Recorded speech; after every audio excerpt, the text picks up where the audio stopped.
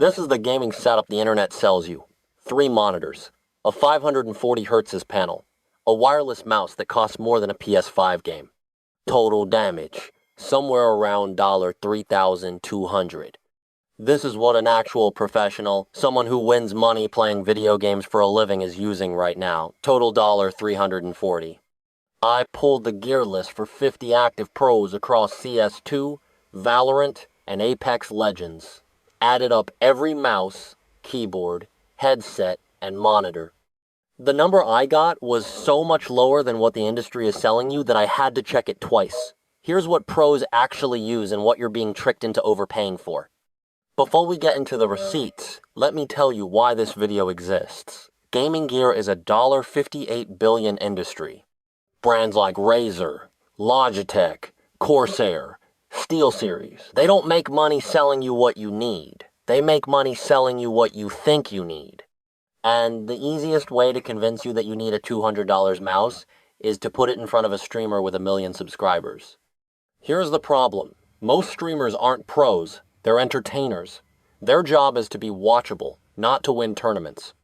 The people who actually win tournaments, the top 0.01% of competitive gamers, quietly use gear that would embarrass most of the setups in your favorite YouTuber's room tour. And so I went and checked every single pro, every piece of gear, real prices today. Here's how I did this, so you can check my work. I pulled the active rosters of the top 5 teams in CS2, the top 5 inches Valorant, and the top 5 inches Apex Legends. That's roughly 50 professional players. For each one, I logged 4 pieces of gear: their mouse, their keyboard, their headset, and their monitor. Then I looked up the current retail price of every single item. Not MSRP, not what it cost when they got it sponsored, what it costs on Amazon today.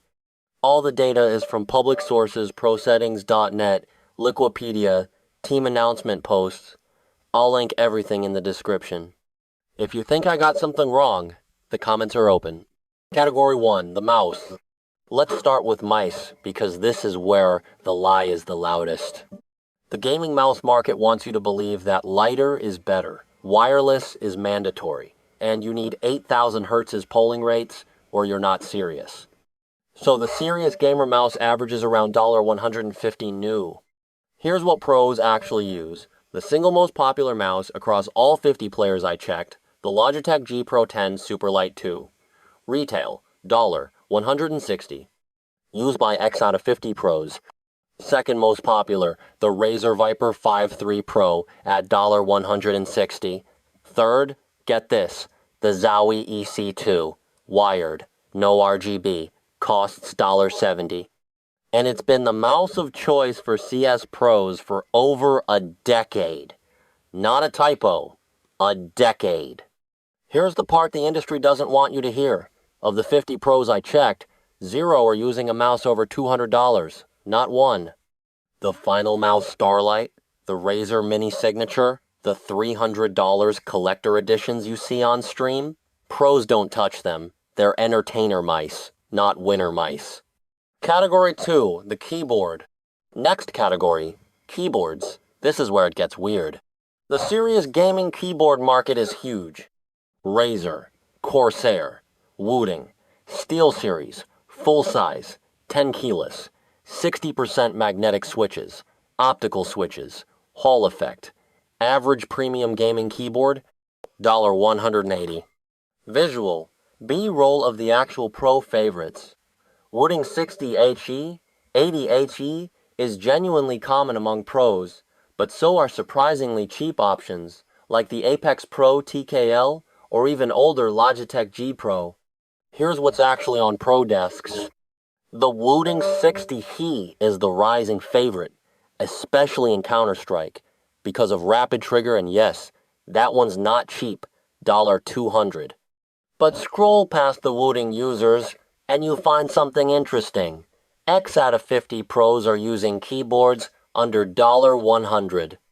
The SteelSeries Apex Pro TKL, the older Logitech G Pro 10, even the Razer Huntsman Mini, these are 3 to 5-year-old designs. Pros are not chasing the latest release. They're using what works. And what works is often what's been sitting in their setup since 2022. Headsets. This is where the gap is the biggest.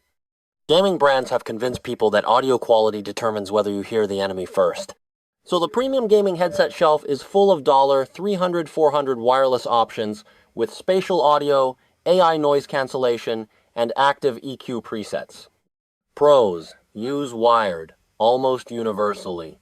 And the most common pro headset across the 50 players I checked is the HyperX Cloud 2, $80. Sometimes on sale for $60. The second most common, the Logitech G Pro 10, wired $100.